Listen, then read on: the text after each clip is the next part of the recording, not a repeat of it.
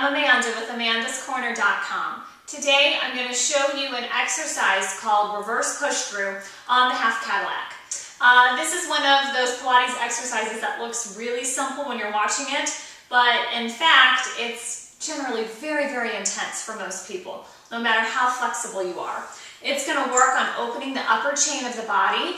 It's excellent for posture and for reversing all the activities we do throughout the day that cause us to round or encourage us to stoop and slump. It's going to pull us up and out. It opens through the chest, the shoulders, down the arms, the upper back. So let's get started. Okay, I have my push-through bar sprung from above with one spring. You're going to pull your bar down and you're going to turn your back to it so that you're backwards on the table.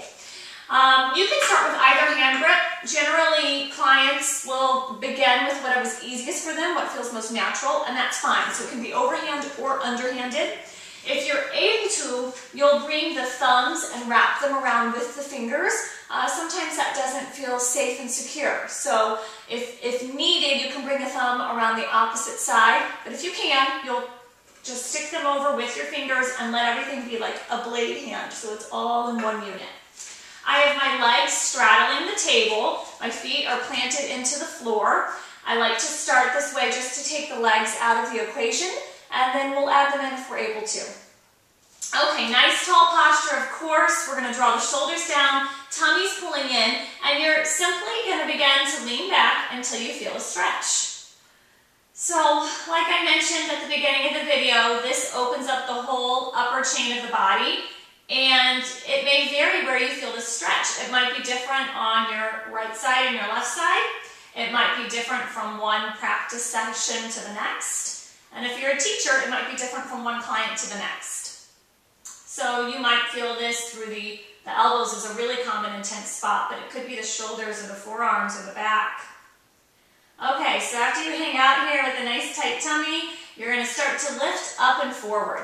And you're going to imagine that there's a small cactus plant in front of you. You're going to hollow up through the stomach so that you don't get pricked by the cactus plant. You're going to pull up through the belly and begin to take the bar to the ceiling. So you take it to where you feel a stretch. This part of the exercise should look like you're suspended from the bar, as if there's a rope from the ceiling to the bar, lifting the bar and you're hanging from it. But in reality, if you need to go far enough, you'll have to physically push the bar up. Okay, the head hangs here, the face softens, tummy's lifting up and in over that imaginary plant. And then with a tight belly, you'll roll through the spine and begin to lower the bar.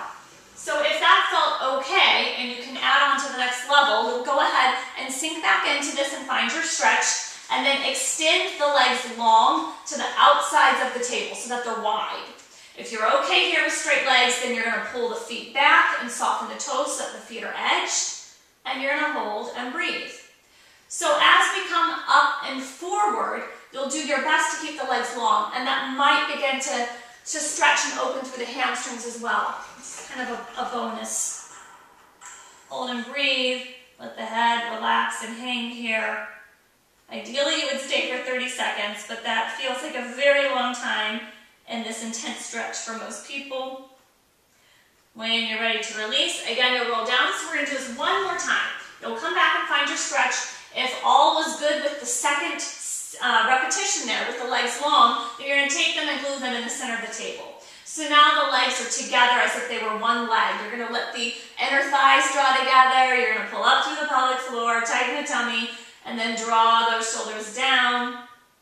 So again, as you come up and over, it's as if you're rounding over a little beach ball. And if you can keep the feet edged and the legs long, then hopefully you start to get a little bit of a stretch through the backs of the legs. And then coming down and out. Most people need a break after that. You want to shake their arms out a little bit. Bring a little life back into them because it can feel so intense.